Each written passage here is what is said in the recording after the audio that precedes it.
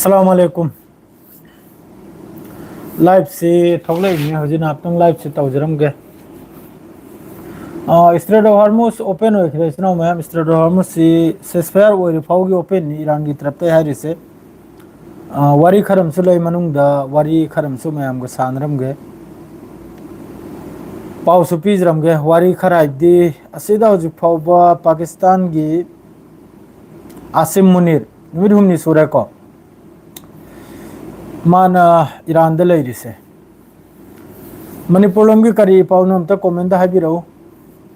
video di mayam ubo phangi social media da Zionist makhaina misam gi mathak ta kapchal thinjal be yamna ui tear gas adredi lambi blockade tawba asina chingba yam sathina ui Zionist ki lamchan ni salai se government na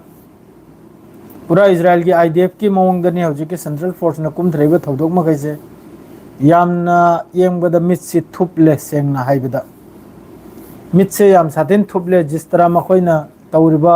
थौदोक मखैसे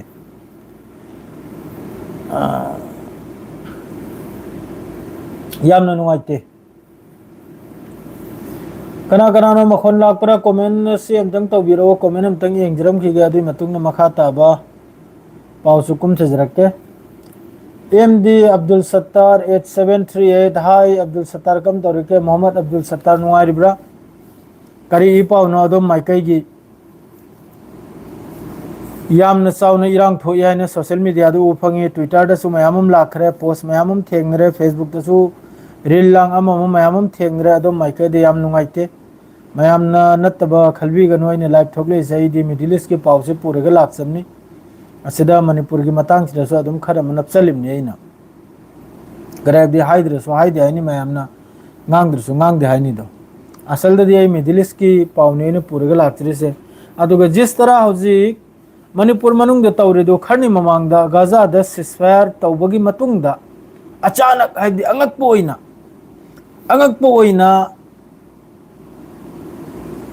poina west bank da adum zionist makaina idf ki force ki taraf tegi CC camera फिलिस्तीनी माई की CC camera थुगाई किब्दो अदु मित सिदे एकते चोंगथोरई Gaza the सिसफायर तौबगा तुरंत अदुगी मतुंगदा IDF की force ना West Bank दा एखोइगी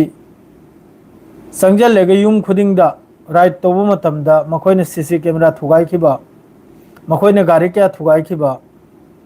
मखोइने TR gas काप खिबा अदुगी सक्तम दो अदुनी हौजिक अइने वीडियो में थेंगनदा सेंट्रल फोर्स ना वापुंग थिंगत लेगा सीसी कैमरा थुगारी दो चप माने हौजिक की गजा दो ओइखिब वेस्ट बैंक दो ओइखिब दुग चप माने अदुने ने आइना फादरलैंड सेमबगी फिफम द लाखले हाइरिसे अदु आइगी युम कायदे मिगी युम काय आइना हौजिक तुमिना लैथोकप याद्रे हयेंग आइगी युम सु कायरानी सि सोइद्रमनी सीमा मयाम ज्ञान ताजल बिरो अदु यामनो बुदि खंगजम नते को अदु याम सु कनम तौजम नते अदु अरसु फिफम दिया दुरनी लाई से इसनाउ में वेस्ट हौजिक की ईरान की वेस्ट नते ईरान की हौजिक की पाउसिने बु आसिम मुनीर हाइना पाकिस्तान की फील्ड मार्शल अम लाक्तना हौजिक ईरान मनुंग दा नुमित हुमनि सुलेमान लैनि से असल मागी लैबगी मकसद सी करिन हाइबदा वारी सानरिमनि मा ईरान की अब्बास अराक्ची गसु उनरे पेजेस्कियान गसु उनरे मादुर मतुंग दा मोहि की पार्लियामेंट की स्पीकर कालीबाफ का उनरे ईरान सिदा नुबिद हुमनि सुलेमान फजना केम तौदन लाइखिरिसे ईरान मनुंग सिदा करिगी लाइरिम नो हाइबदा अमेरिका न पामिसी लान सिदगी नानथोक पसिना बु पामिसे एनी हाउ तौदना एनी मोवंगदा अमेरिका सी एग्जिट लोबनी पामिसे लान सिदगी एग्जिट लोबसे लान सिदगी नानथोक पनाव पामिसे नाल ममांग दने ने वीडियो थांगलम बिबादो सोइ च थोकनि बिले आइ नै लाइव से दुम थोक चरममनी फेसबुक तरी लाइव से थोकत्रे फेसबुक ती बेन तवजल खराइना थोर है न करी गदी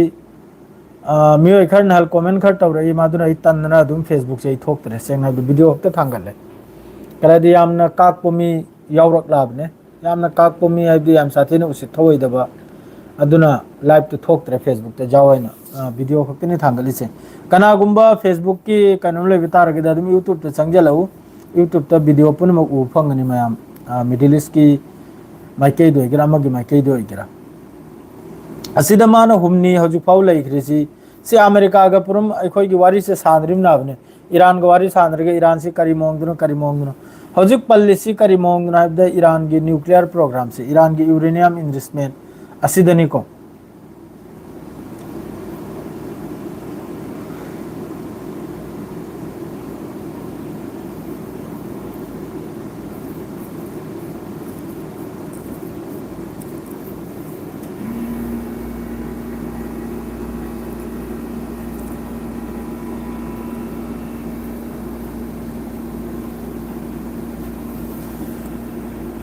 कमेंट लेते कमेंट पा गया नहीं ngai से कमेंट निमिचु पुदी जर जर जर काला ngasi दे कमेंट क्रक से लाई खिद्रे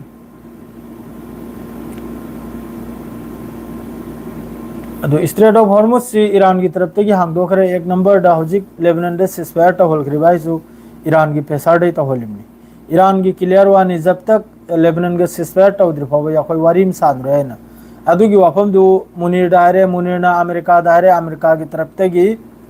नुमित तराने की नेतन्याहू की मथक पेसार से दाली भाई मतुंगदा नुमित तराने की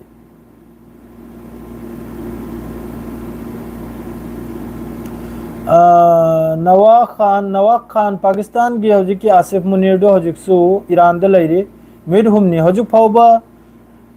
डोनाल्ड ट्रम्प की तरफ तैदनी को हजिक जतो अल जजीरा दो इगरा अल मयादिन दो इगरा प्रेस टीवी दो इगरा ट्विटर दो इगरा फोंग दो रही से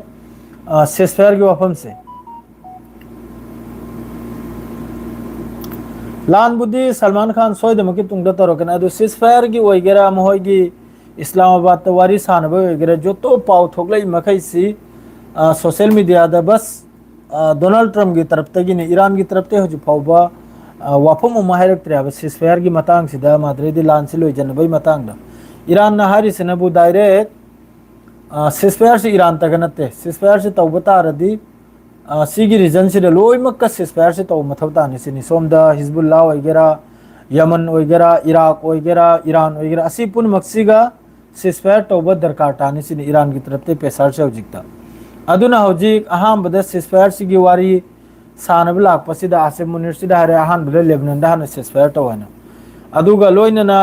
हजिक की मुनीर सिदी बस पियोन निको पियोन हाबि खंग्र चे पुथोक पुजिन तौनगाई दो पाव पुथोक पुजिन चिरोन पुबु मी हाइदो अदुना डोनाल्ड ट्रम्प द चिरोन सी यौबदगी डोनाल्ड ट्रम्प की तरफ तगी नेतन्याहू द पेसार से पीबदगी हजिक नुमित तरानी की लेबनान से द सिसफायर तौरिमनी लेबनान से अहाम मखोय टुकरा टुकरा तौनुबे तौरमे अदु ngam अदुई मतुंग द हजिक लेबनान से नुमित तरानी की सिसफायर ने तरानी की हजिक स्ट्रेट ऑफ हॉर्मुज हांगे सिसु नुमित तरानी खक्तगी नि को सिसफायर से लैरी फाउतगी नि तुर्की की असाइगी महोगी फिदान हर दुदी महोगी विदेश मंत्री फॉरेन मिनिस्टर न हर दुदी मा सोलोय बिदन हंदी असोसो वो वाथी वारेम तौरम लेगा हजिक की इंटरनेशनल कम्युनिटी द सिनरम ले जिस तरह इजराइल की तरफ तक हजिक हेंजलिबा सीरिया दो वगैरह लेबनान दो वगैरह गाजा दो वगैरह असी अखोई इंटरनेशनल अते अते कम्युनिटी मखैसिना इजराइल से थिंगरिमनी इजराइल ने जिस तरह हजिक लम पामन मरम होरेगा माइकई मेरी दलम लौजली से असीमासु अलोय बिदन हल याम साथीना अफावरेम सारमलेगा हजिक नबु ले थकरे खंगिब्रने अदुना मखोय मखैसी की वास लौरग सुकान कानम नते बस अखोइना तागनि ब पाउसी ईरान गिने हुती गिने हिजबुल्ला गिने हमास गिने असी खक्तनी अतै मखैसी दि माद्रेदी ngasi gi numitta yengu अनौब दुनिया में ओइगदरने हजिक सिसफायर से ओइगिबदगी सिगी रीजन सिदा अनौब फिफम हम लानी लान हौद्री कम तौरगे नुंगारी एमडी हरीश नुंगारी नखोय मैम गिदो अदगी वालेकुम अस्सलाम रोहिना बेगम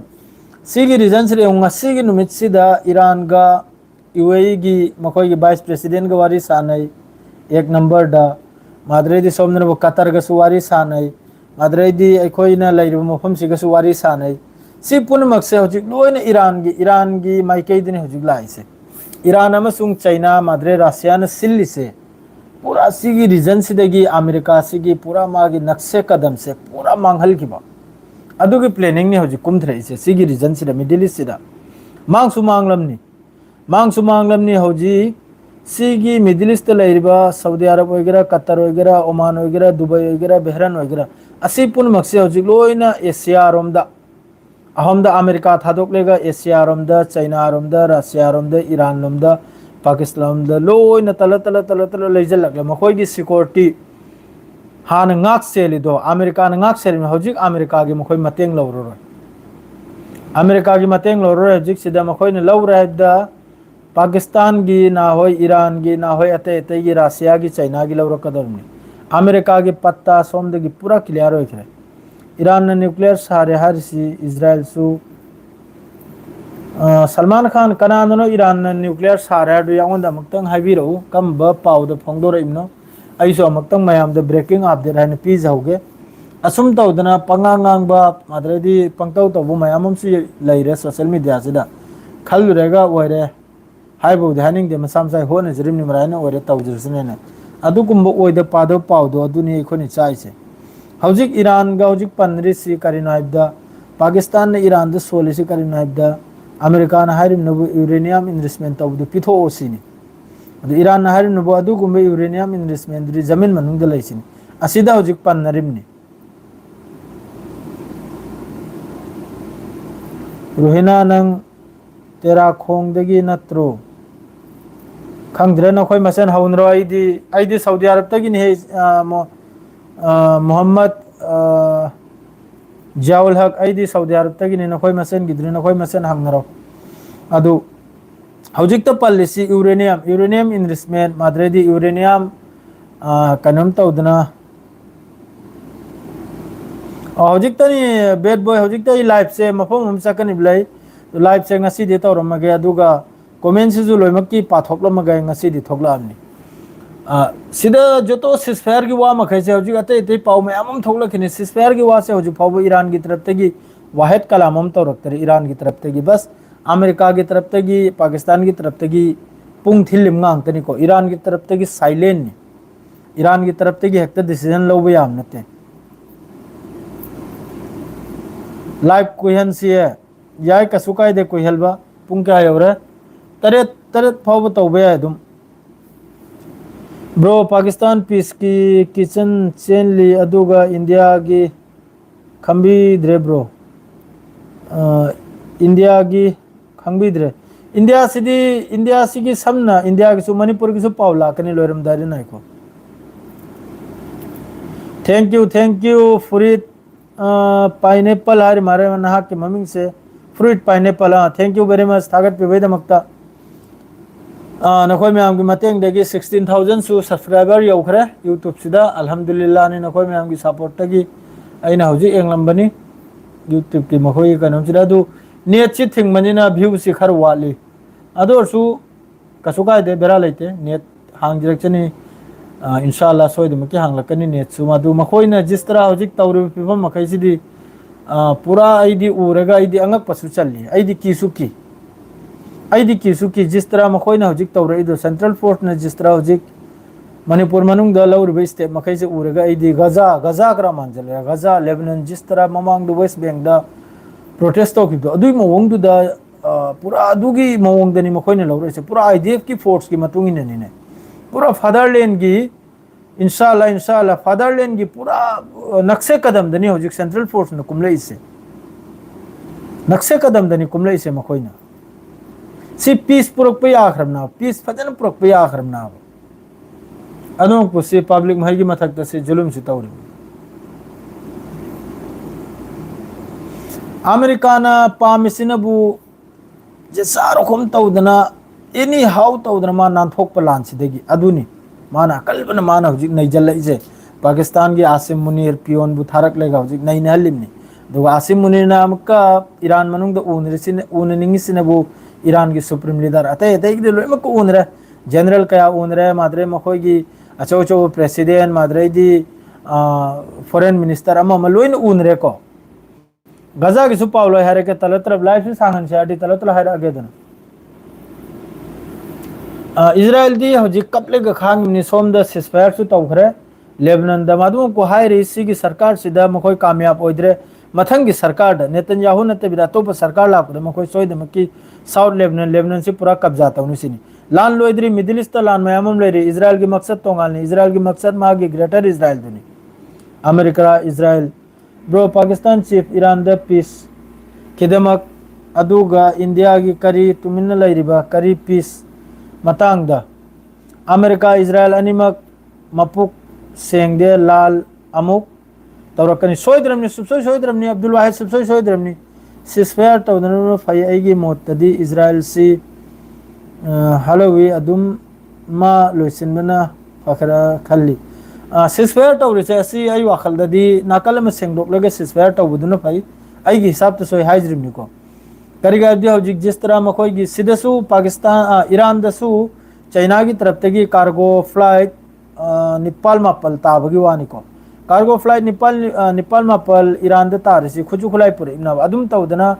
तेल अबीब की हौजिक की बेन गुरियात एयरपोर्ट से असिदा कार्गो फ्लाइट से याम साथिन ताबगी वानी अमेरिका की तरफ तगी अदु मखैदुसु खुजु खुलाई पुरे इमनी ईरान सुप्रीम लीडर दु आसिफ मुनीर न हौजिक फावबा इमरान खान आसिफ मुनीर की मागी अपाम्बनिको ईरान की सुप्रीम लीडर को उनबसे अदुम को हौजिक फावबा उनद्री अदुगा हौजिक सिसफायर की मतंग दोइगरा एनी मतंग दोइगरा याखोय की एकते इंडिया की पीएम मोदी का अमित शाह का डिसीजन लौब जातु नते ईरान दा अदुकुंबा मयामम लैखरे मखोय की आईआरजीसी की मकोक चिंबा ईरान की पार्लियामेंट ग्रुप अदुकुंबा प्रेसिडेंट सेक्रेटरी मयामम असिदा उलेमाए कराम सु यावरमनी उलेमाए कराम सु असिदा यावरमनी मौलवी आलिम अचौबा मी यावरगा फमलेगा हौजिक फाउद ईरान मुक्तन लेसे मागी 10 पॉइंट दुदनी हौजिक 10 पॉइंट दुदा खजिक खराक इंथोक इंजिन तौब तारगसु असिगुंबा आईआरजीसी की मकोक चिंगलबा अद्रेदि मखोय की पार्लियामेंट की लैरिबा मियोय मखैदो मेंबर मखैदो मयामम ईरान से कानून से यामना साथीना चुमना चटपाइबदुबु कुरान अमसुंग हदीस सु यंगलकदरुनी आलिमुल मा की सुवा तारकदरुनी आईआरजीसी की सुवा तारकदरुनी ईरान आर्मी की सुवा तारकदरुनी अदु पुन मक्तुन ओके हने लाकपै मतुंगदा ईरान की supreme leader Mustafa खामिनी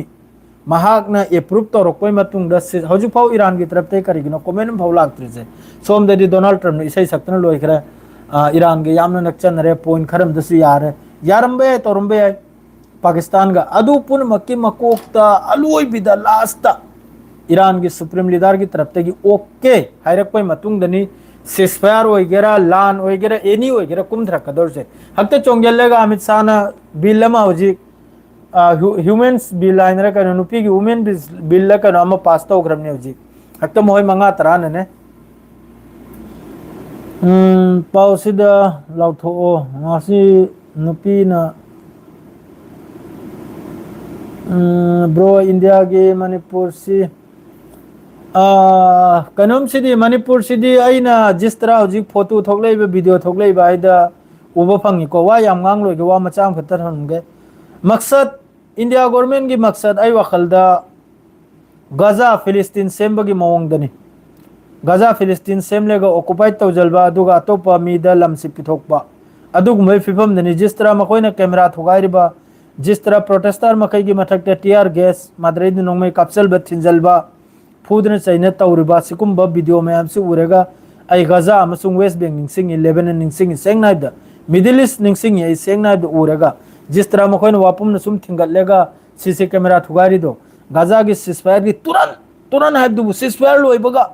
West Bank दा अदुगी फिफम दा तौकी आईडीएफ की तरफ तगी अदुमक निंगसिंग लाई सेंगनाइदा असिदा इंपोर्टेंट वा मा तुमिन लैबे यारोय कनामता तुमिन लैरे हयंग अवाबा यामना नंगनी सिमसु खंगबु तुमिन लैरे तुंगदा अवाबा याम थोलकनी अदुगा मचुम चाबा खरना नत्त पादबा कमेंट तौरिबा पांगल की मरमदा मैते की मरमदा अदु लोइमक तु मचुम चाबनी सेंगना हाइदा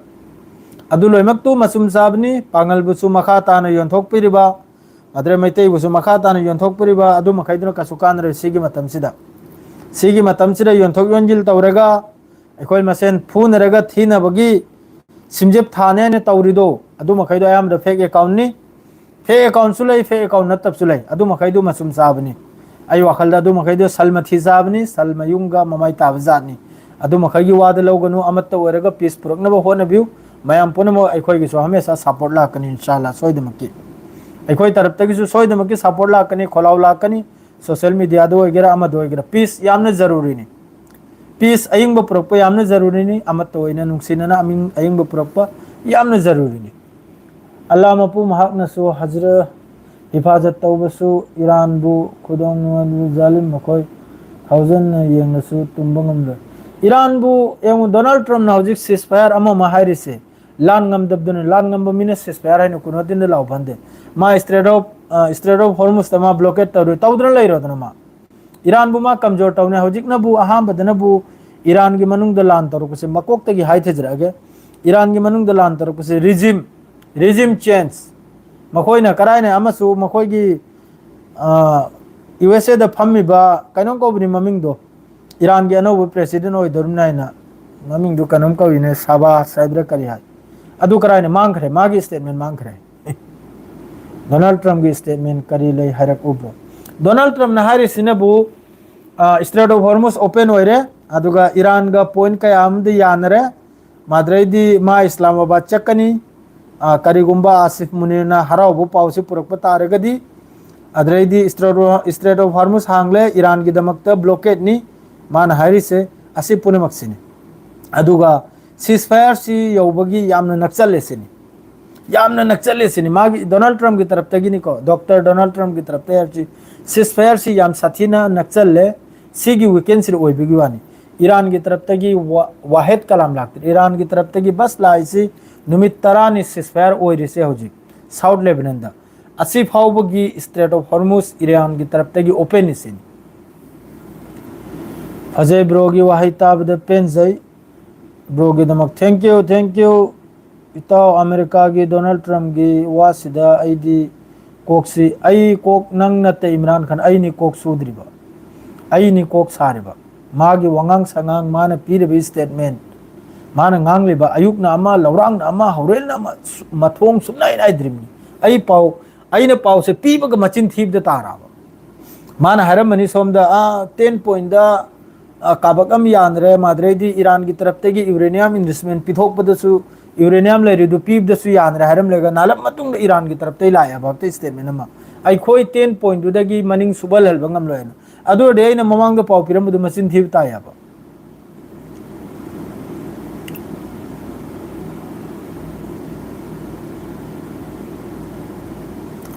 Mani Abdul Quddus madu aina hajri tudi ayung ba purak padu di ai so aduna ni da ama ngange ga ama sawi ama ngange ga ama sawi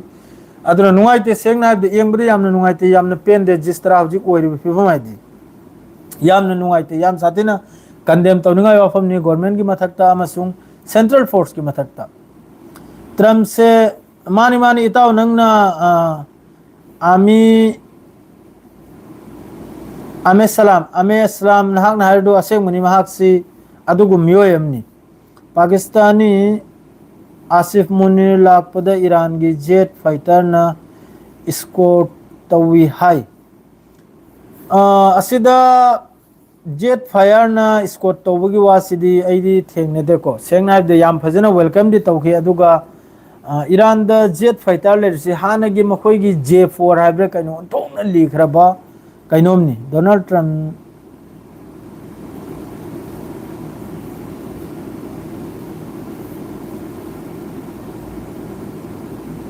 mani Muhammad mana harse Muhammad na harse chumani aduna pau se papam khangre sengna ida pau se mana Al Jazeera da statement masamak ki statement ni ko atopana gra izal banate masamak na harim ni ma Pakistan da su kari gumba Asif Munir na wa se phajab da purak pata raga di sida yarak pata ragadi ma Pakistan da su chakani sini Pakistan da su chakani hai madre nalap matung dana bu uranium investment hojiki 440 kg asisu pithok pada yare hari adui matung dana Iran ki taraf te amke statement lai adu gumbe uranium diri hojik nuclear site ture zamin manung da lai khare adura so amka hairi aikhoi yauna lokthok manase haina hojik nandana lai khib do laibak na aikhoi yauna lokthok manase haina khani mawang dana bu ma god ki photo ma napchalam le madrai di tungna bu reporter na hangbukan da harak la ai di doctor ne han lai rim naina aduna ne doctor pallu gaza gi pau gaza da su santi ne adum ko ngasi juma yam phajana juma namaz yam phajana pangthoki juma namaz sappa kan da gaza gi hojiki masjid al aqsa gi imam du fazal lega IDF ki taraf te gi nalaptang ya khoi gi ot nei bai do tawkhi adui matung da thadok tana mahak juma yam phajana adai tawdna lakhi Gaza की हौजिक system हाइबुबु American हारिसी Hamas ता मोहयबु खुचु खुलाई थम्मुसिनी एक number दा Hamas ना हारिम नबु security हाना पिउसिनी अदुगा जोतो लौजल खिबा होजिकी मखोगी येलो लाइन होइगेरा रेड लाइन होइगेरा ब्लू लाइन होइगेरा असी मखैजुरु थादोक लेगा पूरा मनिंग हलबा अदुई मतुंगदा खुलाई थम्ब्रा थम्द्रा अखोई डिसीजन लौनिसिनी हमास की तरफ ते हारिसे हमास वो एक्टिव नहीं होजिकता डोनाल्ड ट्रम्प की अकाउंट दु कना कनाना पाइबजा नो मी अमखक पाइबदी मानदे ऐसु अदुम मानदे दा ngang बतनी मान ngang इसे ऐसु मी हमनदी नुंगारी फोलेम मंगांग नुंगारी नखोय मयाम की दुआ करम दगी मतोंद्र पाइबदी मानदे ऐसु करगादी पंगी तनी इरखरिबा पंगाई तनी हरखरिबा माद्रे दे होजिक सिदा सिगी फोटो से इन नप्प सिदी याद रे को सिगी मखोय की होजिक की सिदा बेंजीन हरिबा कनम से बेंजीनेन साइन सिदा लेगो वीडियोस अमा होजिक सिदा ला याबने असिदा ईरान की तरफ ते हर सिनबु सी पुनमक्की जतो सिगी मिडिल ईस्ट सिदा for the children of Gaza है मान इरेगने पोस्टर से अल जजीरा द लेबनी को बोम हम खक्तनी मिसाइल हम खक्तनी असिना गाजा की मियोय अंगांग लेखिद्रिबु पुनमक्केना असिगुंबा वीडियो सेम्बा यूट्यूबर कया अमगी यूट्यूब चैनल डिलीट ओइखरे सोशल मीडिया दगी अदुनी आइने कीरिसे नुंगारी कनानो मोहम्मद किसी मैसेज सी हाइड ओइखरे एउना खोय कनुम तौबा इरदी हाइड ओइबनी को ऑटोमेटिक यूट्यूब की तरफ तगी हाइड तौबनी को अदुना नि हाइड ओइरि मखैसे मैसेज मखैसे डॉक्टर डोनाल्ड ना ईरान की न्यूक्लियर मतंग दा वारी दो कंफर्म तौबिरमो ब्रो अदुगा लेबनान की सिसफायर की वारी दो अमा हाइबिरो डोनाल्ड ट्रम्प ना हारिसनबु ईरान की साफ क्लियर निको ईरान की असेंग वाइबु ईरान ना हुजु फावबा ईरान की तरफ तगी जोतो डोनाल्ड ट्रम्प ना ngang लिबे सकले मखैसे ईरान की तरफ तगी कमेंट हम फाव तोरकते ईरान की तरफ ते स्टेटमेंट हम फाव लागते कमेंट सी सेकेंड भक्तंगाई लौखिरोगे वासिम ते सेबडोलो मोय सईद वाहिद ना जोतो होजिक डोनाल्ड ट्रम्प ना हारि ईरान का 100% काबक अम पॉइंट काबक अम द ईरान के यानरे डोनाल्ड ट्रम्प की स्टेटमेंट नि माद्रेदी सिसफायर सिसु सिगी वीकेंड सिद ओइबगी वानी हारि से ईरान अमसुंग अमेरिका डोनाल्ड ट्रम्प की स्टेटमेंट नि अद्रेदी सिसफायर सि करिगुंबा वासी यानब तारगदी डोनाल्ड ट्रम्प इस्लामाबाद ते चकनि सिनी डील से सै साइन तौबै दमकता डोनाल्ड ट्रम्प की असिदा पावखर ठोकले इनबो करी दी यानरु नाइब ईरान की तरफ तेगी न्यूक्लियर यूरेनियम इन्वेस्टमेंट तौदन लेबसे सी पिथोकपा असिदा यानबा युवानी अदुगा ईरान ना होजिकी अखोगी यूरेनियम इन्वेस्टमेंट तौरिसे 20 इयर्स ना होय अमेरिका की तरफ ते हरसनु 20 इयर्स फावबा यूरेनियम इन्वेस्टमेंट तौदबा अद्रेदी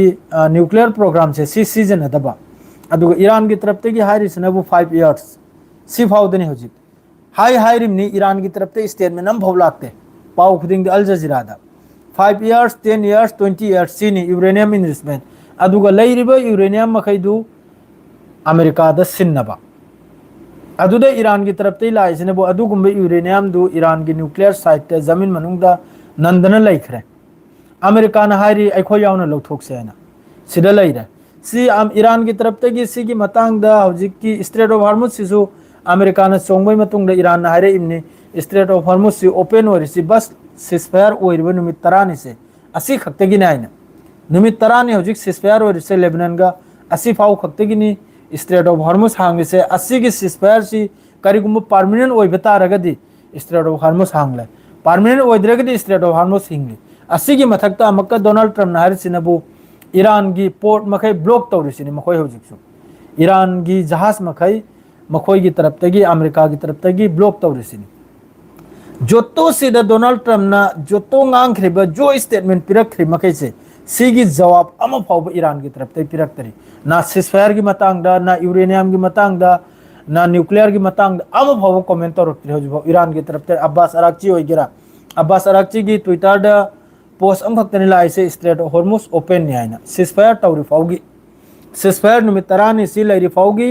स्ट्रेट ऑफ हार्मुज ओपन निसिनी अदुगा ईरान की ऑयल टैंकर अहुममसु लोड तौरगा क्रूड ऑयल अखोगी चाकथोक्तब थावदो अदु पुरगा चखिबगी वानी असिदा हौजिक लोइमकते हेना फायदा उठाइरिसि कनानो हबदा पाकिस्तान नि इंडिया ना फायदा उठाइगनि नि मादु इंडिया ना हैहौददना सीजन बा हैहौदबा हबदो अदुना मरम वरगा हौजि पाकिस्तान की gas tanker वगैरह oil tanker वगैरह याम साथी ने स्ट्रेट ऑफ हॉर्मुज तगी लांथोक ले लेबनान की सीजफायर ओइग्रे से ईरान की तरफ ते हेल्थ क्रेम ईरान ने क्लियर नहीं मागे आसे मुने लाख पे मतुंगदा जब तक लेबनान दे सीजफायर ओइद्रि फाव अखोय वारी सान रोयना अदुई मतुंगदा आसिफ मुनीर ना डोनाल्ड ट्रम्प दा हायरे लेबनान दे सीजफायर तौद्रि फाव ईरान वारी सान रोय सिनी मनुंगी वानी सी मनुंगी वाबदी अदुम कोकम लंगथरिम नाबने करिगादि ईरान ने जिस तरह कांग्रेचुलेशन पिरकपदो लेबनान की मथकता अदुगा खरनी ममांगदा मखोयगी पार्लियामेंट की स्पीकर कालीबाफना हाई ख्याबने लेबनान बु सुबलंग लंग थोकलो याइना लेबनान की ब्रदर एंड सिस्टर नखोय बोय खोय सुबलंग लंग थोकलो याइना नखोय बुसु यावनो पुन्याइना अदु कुंबई स्टेटमेंट दु पिरक पय मतुंग द पेसारसी चटले पेसारसी ओइरे अमेरिका की मथकता जब तक लेबनान सीजफायर ओइद्रि फावबो वारी सानरायना अदुई मतुंग दनी लेबनान दा नुमित तराने की सीजफायर ओइद्रि असिदसु मखोय की हौजिकी इजराइल की नेतन्याहू की पार्टी सी अगेंस्ट पार्टी तो अदु की असायुक्ता ट्विटर दा एक्स हैंडल दा पोसम लायाबा सिगी सरकार सिददी अखोय लेबनान से लौजल बंगमद्रे डिस्ट्रॉय तौबंगमद्रे मथंग की सरकार दा अदुई ममिंग नेतन्याहू की सरकार से कायरे मथंग द माप काद्रे मथंग की सरकार दा सोयद मकी लेबनान मोहई की मेन मकसद है वो ग्रेटर इजराइल मखोय की मेन मकसद ने अदुगा हौजिक लौजल की बल्लम मखैदो हौजिक साउथ लेबनान दा काबकम लौजल खराब कम से कम वारिम धारगम 2 किलोमीटर और 5 किलोमीटर और 2 किलोमीटर और मखोय नायक अदु फाव मखोय की बफर जोन ने अदु असाय अमेरिका ना सोयद मके हरमनि दना सीजफायर तौगे नुमित तरानी की लौजल की बुफाव कोंजन थमु अदु नखोय की ओइरम नायना अदुई मतुंग दे यारनु यारगसु सोमदम क लाउस नरिम नाब अदुम तौदना सीरिया की फोनम लाउरे अदुना नीताव मयम वारो बिवा दे फोनम लाक्चंदननी लाइव तो नापतंग तबरिदो अदुनी हौजिक की सीजफायर बु सोमदसु कनम की अखोय की सीरिया की तरफ तगी सारे ए गोलान हाइट नते बिदा हौजिक लौजल की बल्लम खर यावरे अपने सीरिया दने लमखर लौजल खराब अदुई लमदसु थादो उसिनी अहमद थादोक मतुंग द गोलान हाइट की मतंग दसु वारी सान सिनी सीरिया की तरफ तगी जो भी हो हौजिक शांति पुरपने दिफाई माइकई मरी सिदा सीजफायर ओइखिमनस भई सीजफायर ओइबसिदि पूरा इजराइल बु अमक्का अखोय की खुला मैदान द थादोक पगुमनी अमेरिका बु खुला मैदान द नंग थोप नंग तौनुंग द तौरो हाइबदो अदुगुंबै थादोक पनी आइगे हिसाब तदि करिगा हाइबदि सीजफायर सिगी मतंग सिदा सीजफायर से ओइखोय मतुंग द अमक्का यामना साथीने सेमगत सागत कनाबा अदुमकपु ईरान बुसु कम हाइबे यारो 96 आवर्स ब्रिज तरुक रेल की गाड़ी की ब्रिज तरुक 96 आवर्स गंता यांग गंता चामदगी मरी ताबगी मनुंगदा ब्रिज कया ईरान मनुंगदा यूएस अमसुंग इजराइल की तरफ तगी डिस्ट्रॉय तौखिबदो लोइने सेम खरिबनी रिपेयरिंग तौखरिबनी अंगपनी अदोड ईरान दसु याम साथीना इंजीनियर ईरान की मी लोइने लाइ सोयबतनीने अखोय की दुम संथी नाइन खलिब्रो लोइने पीएचडी माद्रेदी डबल एमए ट्रिपल एमए अदुई मथक्ता पायलट अदुई मथक्ता इंजीनियर अदुगु मी गांगतनीने नहल लाई मखरा तो डबल पीएचडी लोबु गांगतनीने सीजफायर की नहल इस्लामाबाद ते चल रहो होगी बागेरी क्राइब लारी खाइब द असमाल थेंगिमनीने नंगी अब्बास अराकची क्राइब लारी खाइब द असमाल थे कया तपनिंग ने गांगे मखोय की साजत लमचत मखोय की वारी सानबई फिफम येंगु लारी खाइब मियाब द तोंगाल तोकपनी अमेरिका की नापित न्यायना लैरिब्रो मखोय मखया है लोइना साइंटिस्ट लोइना जात सुरिनी माद्रुगा हौजिक की मखोय की पार्लियामेंट स्पीकर है पायलट सुनी पीएचडी की मथक द पायलट सु ओइरिमनी येंग्रो अदोडी याम साथिन लाइ सोइबो गांगतनी चाक चादरी डोनाल्ड ट्रम्प की वासी चाक चादरी नजिया हसन हर मारे नजिया अली हसन चाक चादरी द चाक चाबगी मतम वाली पुंग क्या यौरे पुंग तरुक का मिनिट निफुमा थोइते यौरे को यामन वाली दा रोल निपाल मखाई की दुमी लेबनान सीजफायर कुइरोय थादोक पना हेंजोबो खुलाई थादोकनी हाइब्रा हिजबुल्लाह खुलाई थंबई वाले हिजबुल्लाह खुलाई सिरसु हिजबुल्लाह हमास हुती कनाम तो खुलाई थमले करेगादी मखोय लोइमक्सु इजराइल की मखोय की औकात तो लोइने खंगे ए देगी जेट पाउ खंगे अदुना सिरसु सिगी रीजन सिदा लैरिबा जोतो मखोय की प्रोक्सिस मखै से प्रोक्सी मखै मखोय की ईरान की सपोर्टर लैरि मखै से कनाम तो खुजु खुलाई थमलो लोइने खुजु खुलाई पाइदोरिम हमास सोजिक थम हाइबे याद भाई उधर मखोय जु खंगे आबा खुजु खुलाई से पिथोक बे मतुंग द मखोय मथक द करी ओरकनी लेबनान की हिजबुल्ला सु खंगी खुचु खुलाई से थम्मै मतुंगदा करी ओरकना है लोइना खंगी ए देगी जेट फाउ लोइन खंगी अदुना सीरसु खुचु खुलाई थमलोय अदुगा जिस तरह मखोइना लौजल गिबा हौजिकी गजा दसु yellow line red line blue line हैन तोरबा है सीरसु आसीसु आईडीएफ ना थादोकलोय आईडीएफ ना थादोकलोय है बाय जुमाद्रे सोमदा गोलाइन हाइट लौजल लिबा सु थादोकलोय गोलाइन हाइट सु थारोय सोमदा लेबनान सु थारोय हाइबदुनबु मखोइजु खुचु खुलाई थमलोय हारिम करेगा दु मखोइ खंगी आबा फ्यूचर द करी ओरकना दु मखोइगी एम से जायोनिस मखैगी एम से कराइदुना दु मखोइ लोइना खंगी ए देगी जेट फाउबा मखोइना पामिसे करी पोनो मखोइना निंगी से करी पोनो अब मकोक्तगी ममै फाउ खंगिमनि ईरान सु खंगिमनि सोमगी रीजन से लैरबा मिडिल ईस्ट लैरबा अरब ओइगेरा कतर ओइगेरा दुबई ओइगेरा बहरन ओइगेरा लोइना खंगिमनि इजराइल की मखोइगी मकसद से करिनो आइबदा मखोइगी मकसद है वो ग्रेटर इजराइल सेंबा अदुनि जिस तरह हौजे मणिपुर तंपाकता तौरिदो जिस तरह हौजे की सेंट्रल फोर्स ना मिसम माइगी मतकता सीसी कैमरा थुगारिदो अदुगी लमचतुनि आईडीएफ ना तौखरिदो वेस्ट बैंक द तौखरिदो अदुगी लमचतुनि सेंग हाइबदा सिक्किम सोइने द्रमनि टीआर गैस कापचलबा नुंगमै कापचलबा खुचुखुलाई कापचलबा बोम लंगजलबा असि सेम लाइक अदुनि मणिपुर ददि ईरान बु लैरबनि हाइना नोकनबा लोइरे खंग खरेने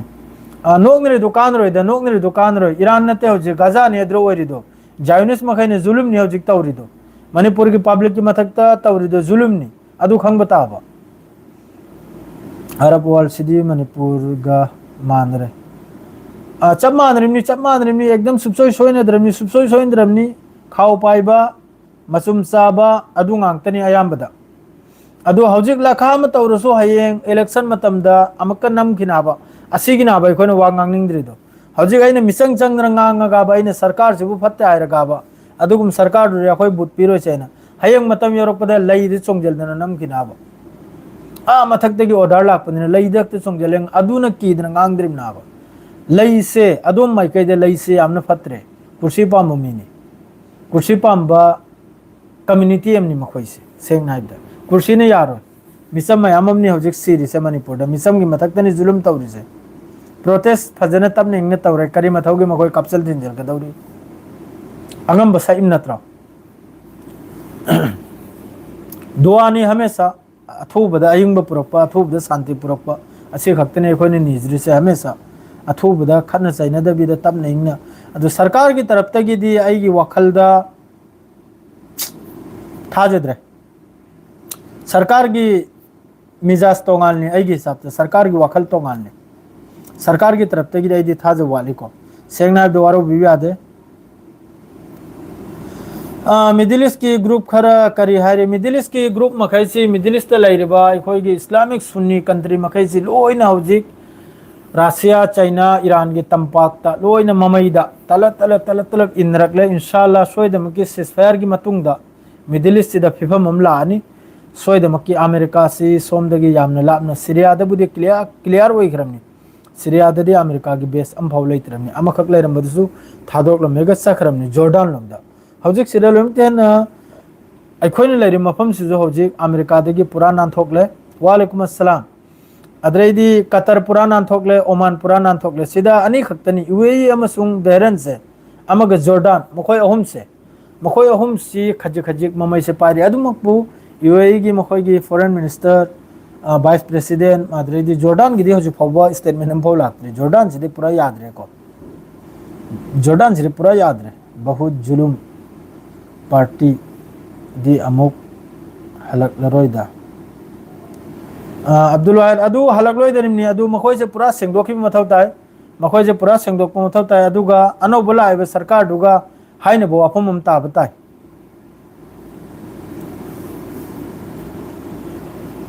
लैसी यानथतलसी यानथतपन यामना फगनी लई थारे का सुकान रो लई यानथतपन बहुत जरूरी नी अदुगा लई नतबिदा हौजिक जतो लाइदो खुबाक ओरसु नोइने जो पामबदो chain पाइहौ हाइदी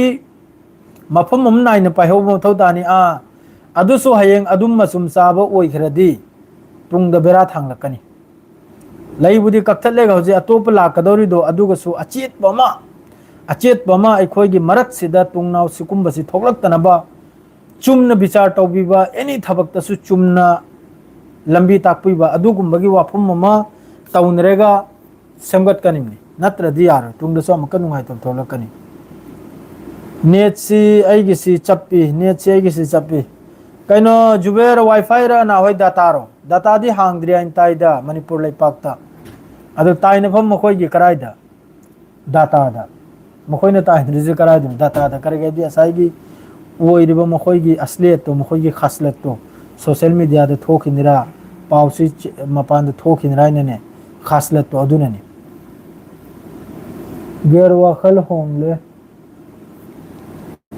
karino kalam chasam nang i sei kangdre net si ai gi chappi ger wakhal hongle makhoida kainom lei wakhal hong mathau tani wakhal hong mathau tani wakhal hong gradi aro wakhal hong gradi aro jordan jet 500 muk america gi lak pe yaw rahadu jordan datanate america gi makhoi gi hojiki aircraft ke reram su nasi mai chak pagi wani asida soldier kayamum su yam satin sok pagi wani ko lak im khoi yam satin lak li kari gum ceasefire deal si oidop taragadi yam na sauna lanam thok pagi phifam ni hojikta gari gairo akhal bro sisu sunigi kitani amatta harapuna bro sida yangu sida mamang da makhoi na khajitang nungai na karimta nungai na dan nate sida sunni makai na khalli sinabu iran na di karigi powerful oijira dawri si khaktene atopa nungai na dabulun loi gara atopa hana chummi saddam gi matamda syria gi matamda libya gi matamda iran na america gi misang changki amaga misang changki chummi ko yamna anak pani iran amasung america se matamduda tungda ta kanam tawkhrim jo bhi ho Arab makai na pam dri sinabu siana karigi khoi mathakta order tawjira dawri siana di kari chawjira dawri sini pagli se khangi brane si community ani makki marakki wani siana di kari order tawjira dawri siana di kari khoida khoi mathakta laijira dawri hapse adu kumbagi angangi umko do khalliba angang na ha pikpagi wakhal do lairiba aduni wase muslim nabu yakreda laisi manipur dadi muslim nabu yakhre da laise lai yaradi hayang kapcha gani soidam ki lai yabe amna te lai se kapthat lega langje kini lai bilkul thambe amna te lai adong mai kaida lai gi sarkar yamna fatte asum jaba kursi pam paisa pam ngang tani adom da lai gi sarkar se pura phukto eg langje kini adom da lai thambe yaro wakal hongle gertak tum lasu hongloi na se kalam chasam wakal pura hong doktra di sini yam sathina wakal hong dok mathau tani wa tenjal mathau tani nungsino mathau tani amatol mathau tani adu de hingani natradi aduda sibdura akhoi su yam sigadawrim akhoi su yam sigadawrim aduna punna laiba yamna darkar ni amatoiba mustafa gi wari kamaina laiba mustafa di hojik silent ni ma si yam sathina sokpagi wani ko nahal mamang da 28 February da America ki taraf tegi strike tawkhipsida yam satin zakham oibagini adumakpu mahak ki taraf tegi hojik joto decision laise irega lain irega kariga di ngang bagi halat lei tabra na hoi karigum adugum oiramgani dana aduna mangondagi joto lai makaisi irega ni laise tax oinane aduga IRGC da laga Abbas Arakchi oigara Pezeskian oigara Kalibaf oigra aduru lak lega pau makai se sando imna ba aduga joto ngang sanri makai se loina mangonda thungni kharam na bu hainari mahaksi koma de lai haina kharam na bu hairi ngang bugi halat na te kanam to bugi halat na ta ne jo bi ho alhamdulillah hingdi hingli ma hingli dunya de lai Allah na hingal basu esanu yamna thunna taja tarin ore pasu esanu asini dua ekhoi gi wa haibu adu khakni dua to bi sara upai lete ekhoi gi taraf tagi do hojiki di isnau sing swai jira dum pauslo jalasi minute yankai gu sukhra phana sang na loima aina hairam amni adu ekta se amatta obi am darkar ni nungai na da kaya makok ching ba kaya na phamlega athob da santi purakna ba karigai de fatherland sem dringai da oi dringai da sipunna lahogani ba khongpham ni ko koi ponamak natraga de tungde yamna awabula kani soim loima ki mathakta si har galo jrage salam alaikum